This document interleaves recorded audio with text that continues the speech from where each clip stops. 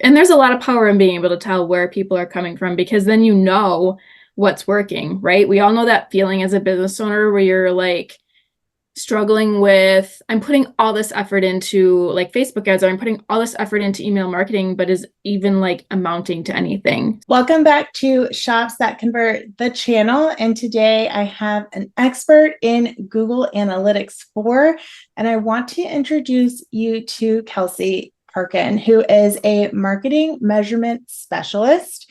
And Kelsey has served my business and so many other business owners with marketing metrics that really tell a story. When I first started in social media, when I had like 9 accounts at a time, I was like, Kelsey, can you please pull analytics for me? And that was when I really saw the power of some of her skill set and the story that marketing data can tell.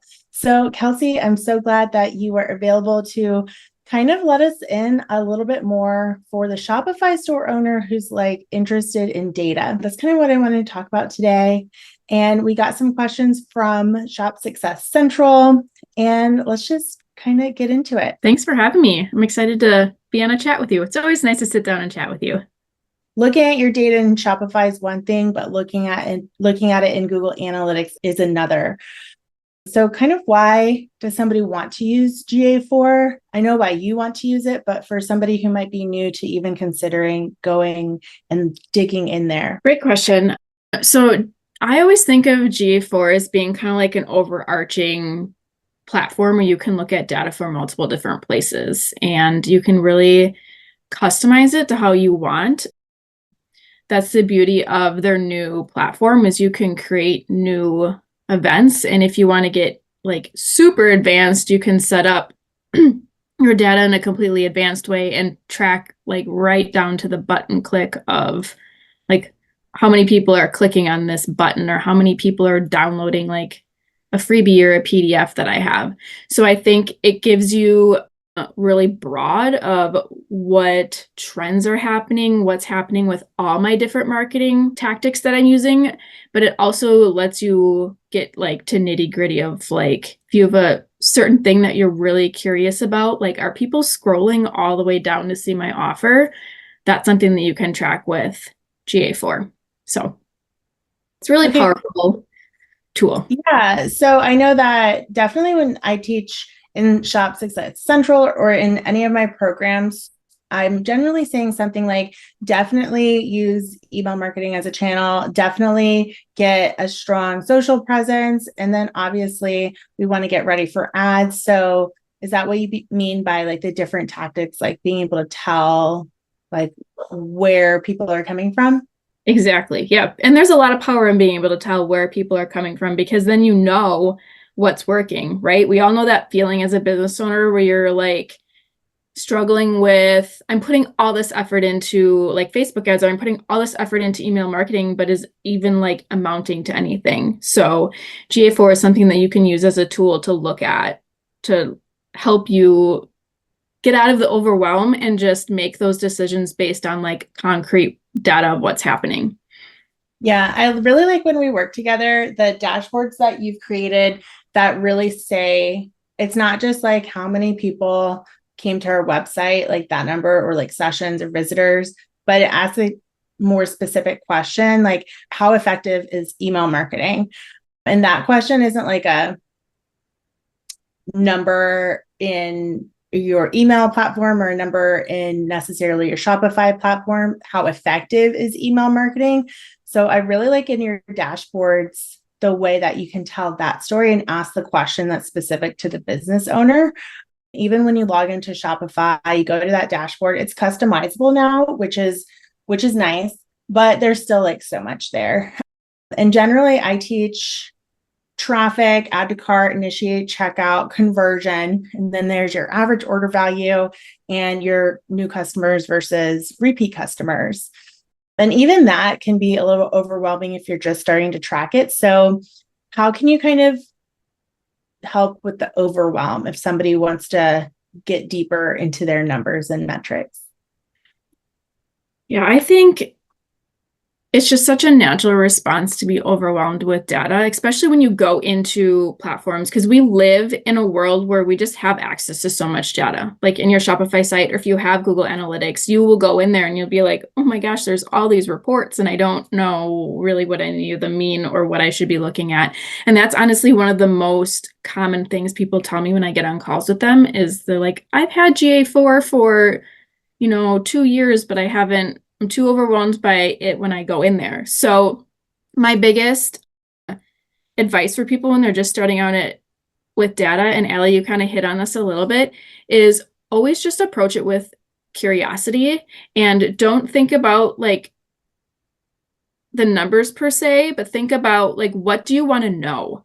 What question do you have? What are you curious about in your business? So whether that is like traffic on how many people are getting to my site, if you start with that question, then you can go straight to the source and find the answer instead of just going in open-minded and being like, oh, I want to look at my data and see what's happening. I think that will always overwhelm you unless you're someone who is in the back end in the trenches of data all the time and you're like digging for things. I would say always go in narrow, always go in with like an idea or a question, or even if it's just like a business goal that you have. Like, what are your business goals?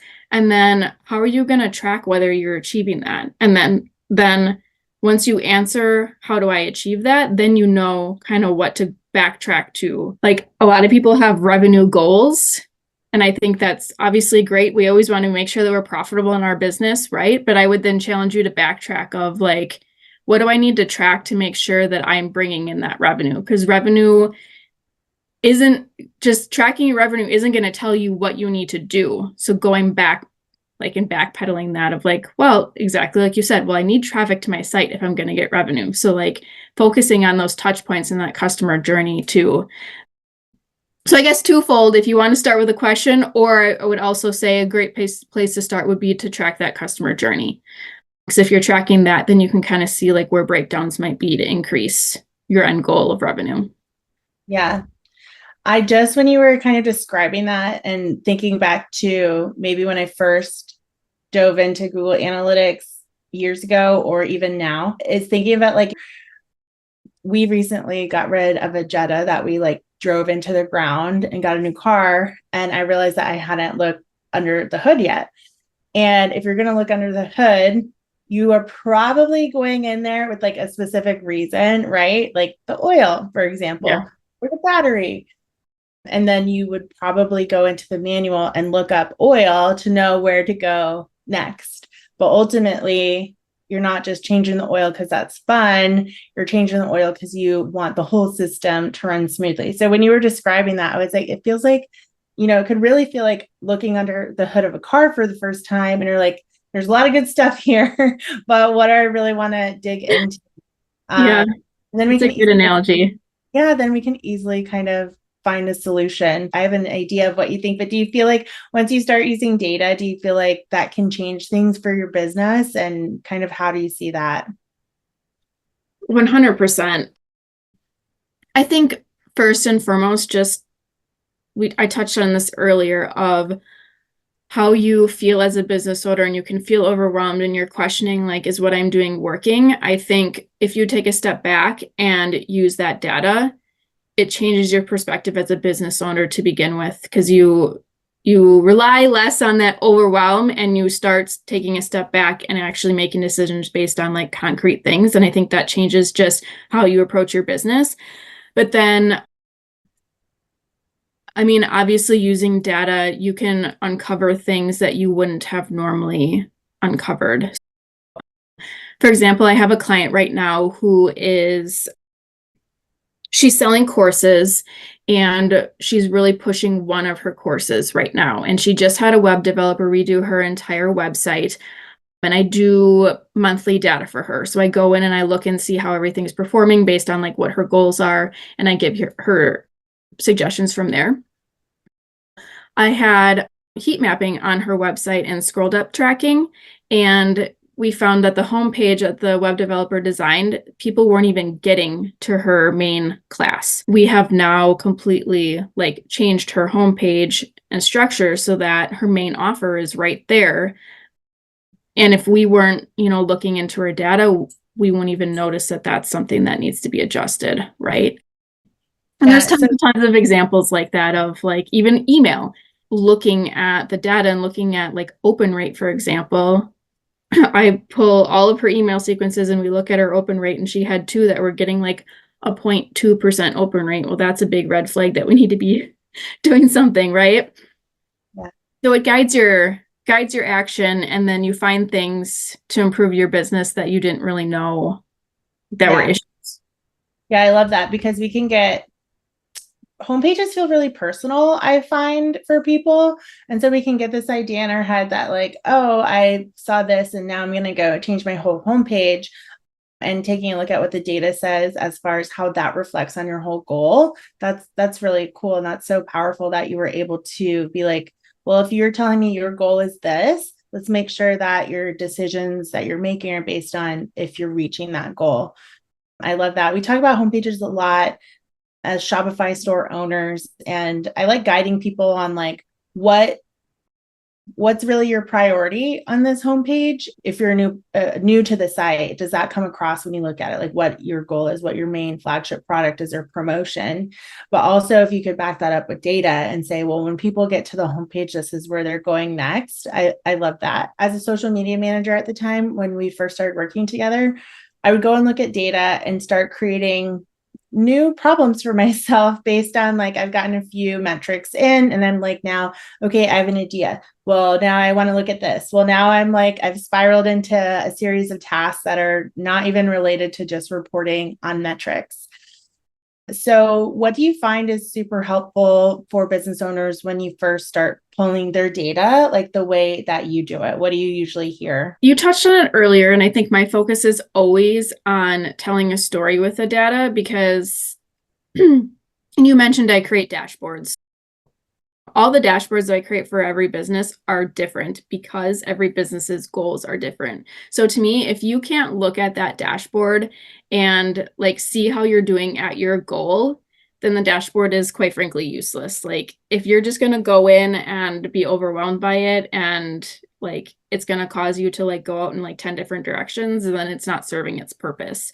I think the solution here that is so powerful is I was pulling data from in 2021, pulling data from Reels metrics and like having to pull from Reels at the time instead of like a Metripool, or even Meta Business Suite has gotten a little bit better about that. But I would go and pull from Instagram, then pull from Facebook Insights for pages, which is just a tragedy, and pull from an email platform and pull from a Pinterest platform. The biggest hurdle for me is like this web of information, which you can't even look under one hood. Now you're looking under like 5 different hoods. And I don't know if people realize that that is the power of Looker Studio. Is it still Looker Studio? Mm-hmm. Yeah. Yeah. Can you kind of say a little bit more about what you do with Looker Studio or dashboards? And is that attainable for somebody who's just getting started with Google Analytics? So for those of you who haven't heard of Looker Studio, it's essentially you'll be obsessed. It's a platform that's under the Google, like, I don't know, Suite. Warehouse of, Google Suite, where you can create one page. They almost kind of look like PowerPoints, but they're all like based on what your data is. And you can start super simple and just have, your GA4 data in there. It's going to be even more powerful if you get really good at tagging your traffic or using UTMs, which Allie, I know you're really good at using UTMs. Essentially, if you use UTMs, which is a really fancy way of saying that you add some extra information onto your URL, or if you have links on your Instagram, and if you put like, if you UTM those links, basically Google will be able to be like, yes, this came from your Instagram, your like link in bio. Yes, link in bio. And you can be able to pull all the information together and see exactly where your traffic is coming from. So everything can get brought together in that one dashboard. And I actually have templates on my website too. Like if you're wanting to get started out and just kind of want a plug and play template, if you get more advanced in your data down the road, you can use what's called a connector, and you can pull all of your data in and be able to see like exactly your social media, like likes and comments and all of those things. And you can kind of have it all in one place. Yeah. And set up in a way that, like, what are your goals right now? Like your social media goals might be one thing versus, your paid social media. Everything Wow. should be set up like individualized and for what you want for your business. If you're getting started with your marketing, would there be an advantage to going ahead and setting up GA4 now, especially 100%. Okay. I think even if you're not going to do anything with it, I think you're never going to be disappointed to have the data, right? To go back and, because maybe, 4 months down the road from now, you change your website and you want to go back and see how did it perform before versus how did it perform now? Like, you never know what your next step in your business is going to be. So having that historical data is never going to be like something you regret. Yeah. And then for our more advanced business owners out there, or more advanced Shopify store owners, I find, and we've talked about this a lot, that like Facebook can attribute and Klaviyo can attribute, and the same customer can be attributed more than once.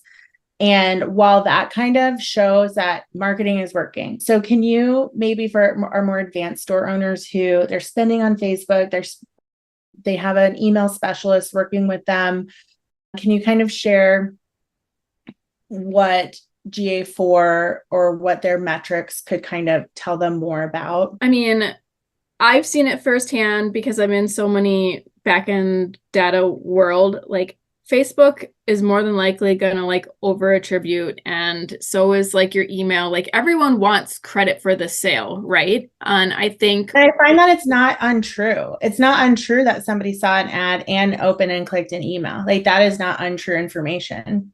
right. And I think the shift with GA4 that I find really neat, I don't even like pretend to understand what's going on in the back end with all like the crazy code in the API, but what they do is their new platform is supposed to be able to decipher and give like a certain percentage of attribution for the sale. So they, assuming you're doing good with your tracking, they can say like, well, Facebook was partially, part of it, but it was also email, and it will take that average and be like, this is what it kind of is. And almost like blended results. Yes, exactly. It's actually called blended attribution model. So awesome. So go ahead. I talk to a lot of clients of like, because you find that people are like, well, Facebook says this and Klaviyo says this and, whatever says this. For clients that I have set up on GA4, I said, use GA4 as your source of truth. If you're someone who's going to like be like, have a really hard time with the fact that everything says something different, pick your source of truth. I've talked to people who have like a contractor for every channel, and they seem more unsure of the results that they're getting. One, because they have a contractor for every channel, but two, because of this over attribution. Mm-hmm. Yeah. And I think if you're not bringing all your data into one spot, it can be really hard to kind of see like the bigger picture, right? Like you're talking like looking at under 5 different hoods versus just looking at one different hood where everything's all together. I was going to say, for people who are DIYing it, or you have contractors, or whether you're just getting started or you're a more advanced business owner, I find that when you're working on making decisions within a platform, look at the information, the data that's in the platform. And even looking at your root source of Shopify, especially for revenue and customer specific information, like it's telling the truth in Shopify. 100%. For your marketing channels and your marketing strategy and asking those questions that you opened your computer to ask, like, what's my marketing doing for me? I do recommend looking at one source to tell the overarching story, but in making your daily decisions, sure, look at your email platform to let that guide you on your email decisions. Do you think that's solid advice? Yeah, 100%. I think, like I touched on before, you want to look at, overarching, but then when that overarching tells you, like, maybe my email marketing isn't quite giving me what I want, that's when you dive into your email and be like, what's the disconnect here? Are people not opening? Are people not like clicking through the links? And then you can adjust from there. Perfect. So you have some really cool resources. The one that helped me really understand deeper of what I needed to do for my clients for reporting was your UTM freebie. I started using it specifically for ads that I could go ahead and pre-build my UTM links and stop using the UTM builder in Facebook because that gives you a mess. The UTM builder in Facebook ads. Kelsey's UTM freebie will help you track your UTMs across your marketing channels all in one document. And if you're a service provider, you can have one for each client that you work on. But tell me more about your metrics freebie. What's in there? Sounds juicy. So my metrics freebie is just really a breakdown of like, if you are really overwhelmed and maybe you don't even know what questions to ask or where you want to start with your data, the Master Your Metrics will literally just give you a breakdown of like, pick an area that you want to focus on, whether that's your website, whether that's email, whether that's your paid media, and it breaks down kind of what I suggest for you to track and maybe why you'd want to track that and just look at it and make adjustments from there. So that one is there as well. Perfect. So that's Master Your Metrics. Yep. Okay, awesome. So where can people find you, Kelsey? My website is kelseyrparkin.com, and then all of my socials, TikTok, Instagram, are at Kelsey R. Parkin. Okay, perfect. Last, like, parting advice for you is just take data at one step at a time. Your approach and what you collect and how you set things up is always going to change. I notice this especially with my clients that I'm working with them on setting up their data. We're always like tweaking how we're using data. We're always like shifting the dashboards to be like, well, that's not really our focus anymore. We're going to focus on this. So you're telling me I'm normal? yes. So okay. don't think that you like set up your data and it just stays. Like you're going to grow in that area for one, and you're going to get really good at being curious and like having it be more automatic that you look at your data, but then you might be looking at different things or just adjusting. So data is a journey. It's not like set it and done and you're never going to grow in that area. Kind of like your business. That's a really good call out, especially because analytics sounds structured. Analytics, numbers, graphs, charts, those sound like structured things that aren't creative. But as a business owner, and I'm sure you come across this a lot working directly with business owners, is like you have a business because you're creative. You creatively thought of products to sell and ways to market them. And so naturally, you're going to need to look at your data differently. And I think that was really, really great advice, Kelsey. Yeah. And remember that you give your data meaning, like if I walk up to you and I say 2.34, you're going to be like, what are you talking about? But if I tell you like our conversion rate to our shop is 2.34, then all of a sudden, like there's context there and you can know where to go with it. Love it. Awesome. If you're looking for support with Google Analytics, please reach out to Kelsey. She is somebody I highly recommend, whether you need some support with it or it done for you in your business.